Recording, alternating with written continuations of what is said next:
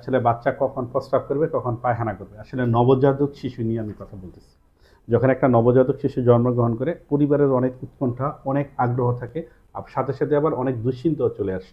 সেটার মধ্যে এক নাম্বার দুশ্চিন্তা হলো যে বাচ্চা কখন প্রস্রাব পায়খানা করবে, করেছে কিনা, বা অপারেশন থিয়েটারে করছে কিনা, বা ডেলিভারির পরে নর্মাল ডেলিভারি পরে প্রস্রাব পায়খানা করছে কিনা। এই বিষয়ে আমাদের ডাক্তার কাউসার স্যার কিছু কথা বলবে। Thank you doctor Jewel Hasan. আজকে ডক্টর অনেকগুলো কোশ্চেন একবার একসাথে করে ফেললো।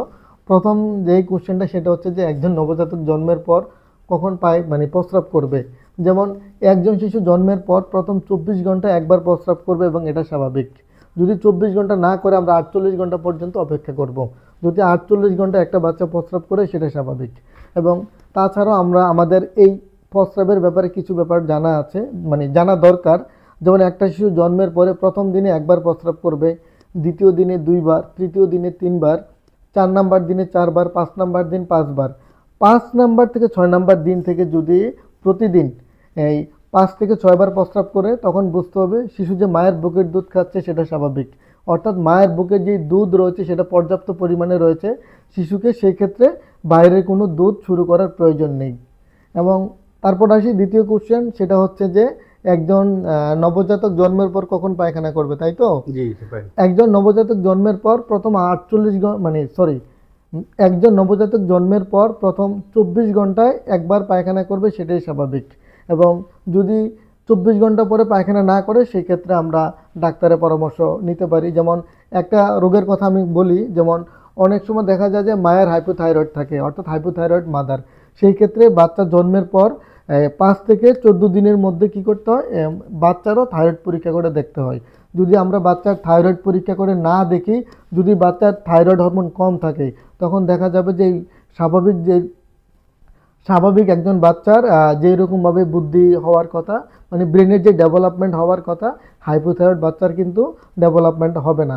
এবং এই এই হাইপোথাইরয়েডও কিন্তু একটা কারণ যে পায়খানা প্রস্রাব না, শুধু পায়খানাটা দেরি করে করা, ডিলে হবে অনেক। ডিলেড ডেফিকেশন হাইপোথাইরয়েড একটা কারণ এই জন্য আমাদের এই জিনিসটা খেয়াল রাখতে হবে। অনেক কারণ রয়েছে, হাইপোথাইরয়েড খুব গুরুত্বপূর্ণ, তাই আমি একসাথে বলে দিলাম। ধন্যবাদ। আসলে যে জিনিসটা আসলে যে পায়খানা প্রস্রাব নিয়ে যে বিষয়টা স্যার যেটা বললো, যে এটা আমরা খেয়াল রাখবো, সাথে সাথে আমরা খেয়াল রাখবো ডেলিভারি পরে অনেক সময় দেখা যায় অনেক বাচ্চার পায়খানার রাস্তা তৈরি হয় না।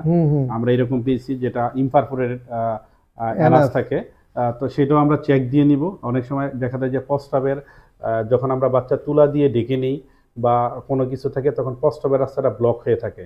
তখন এইটাও আমরা একটা পরিষ্কার করে দেখবো। আসলে যদি যে অনেক সময় মেসেজ করে দিলে, অনেক সময় পেনিসের যেটা প্রস্রাবের ইয়াটা ওটা ক্লিন করে দিলে অনেক সময় প্রস্রাব হয়। এটা নিয়ে এই ক্ষেত্রে অনেক সময় দেখা যায় বাচ্চা প্রস্রাব যদি দেরিতে করে, সেই ক্ষেত্রে আমরা চেক আউট করা, ওই যে আমরা দেখবো তার প্রস্রাবের রাস্তাটা ঠিক আছে কিনা, বা কোনো কারণে ব্লক হয়ে আসছে কিনা। যদি থাকে আমরা নরমাল স্যালাইন দিয়ে একটু পরিষ্কার করে দিতে পারি। তাছাড়াও আমরা অনেক সময় মেসেজ করতে পারি।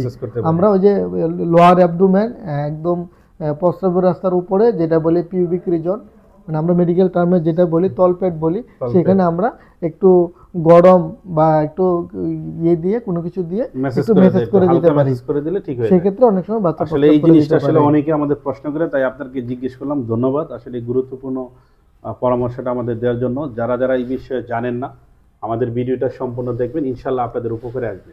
সকলেই ভালো থাকবেন, সুস্থ থাকবেন। আল্লাহ হাফেজ। আসসালামু আলাইকুম।